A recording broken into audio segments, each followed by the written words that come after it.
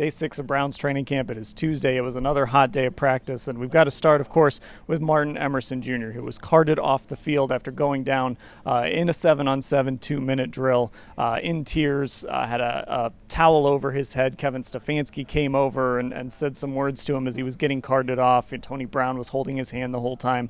Really a tough scene here, and Mary Kay, we just received word as we're recording this that it is a left Achilles injury, and the Browns are going to get an MRI on it to determine the extent of the injury, but obviously not good for Martin. No, not at all, and that's exactly what we thought it was when we saw him grabbing the back of his leg after an apparent non-contact injury. That's what we assumed it was at the time when he was downfield covering Deontay Johnson in that drill. So he's grabbing the back of the leg, and then I saw the trainers trying to smooth down the back of the leg. We always know what that is. That's the Achilles back there that has kind of rolled up the leg a little bit. So we'll have to see if it's ruptured, torn, what the extent of it is. But usually if you're suffering an Achilles injury that looks that bad, there's a very good chance you're going to have to undergo surgery and be lost for the season. It seems to me that's probably what's going to happen, but he will undergo an MRI tomorrow to determine the extent of it. I've never really heard of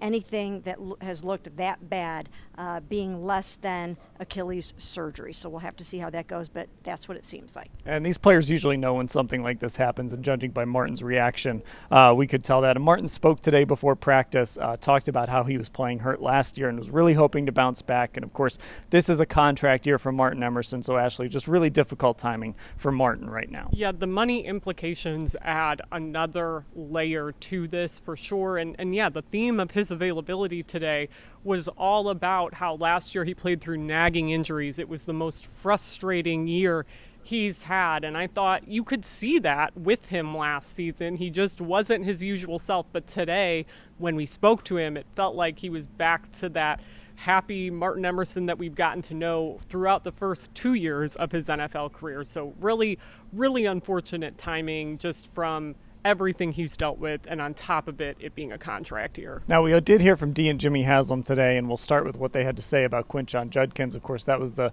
third arrest for domestic violence in the last year. Mike Hall and Devin Bush, the others. Mary Kay, I thought Dee and Jimmy, of everyone we've talked to about this, came out the strongest as far as their response to these arrests. They did defend the background process and the work that GM Andrew Berry does in that process with these players, but I thought again they were stronger than what we've heard some other people maybe in response to these incidents. Well, that's right. Jimmy said it's extremely frustrating. And if he is willing to admit that this is extremely frustrating, you know that they are taking extra steps, extra measures to address it, to educate their players, and to do whatever they can. We know they've already brought in speakers last year, this year in minicamp, very powerful speakers, but they know they need to do more. They have other programs as well, but zero tolerance is what they really need. And I know that they're going to do whatever they can going forward to eliminate these issues. Yeah, Ashley, well, I think we've heard other people kind of talk about the programs they have in place. I thought Dee and Jimmy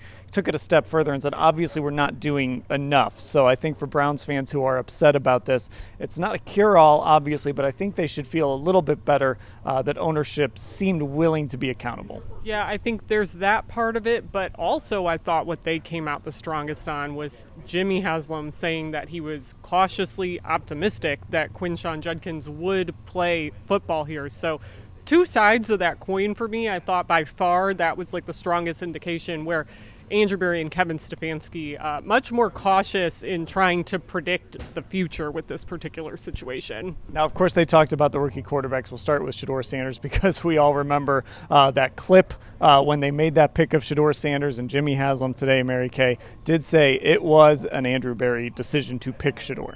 Yes, Jimmy Haslam always gets blamed for making these quarterback picks, or gets the credit for making these quarterback picks, however you want to look at it. But the truth of the matter is, Andrew Berry makes these picks.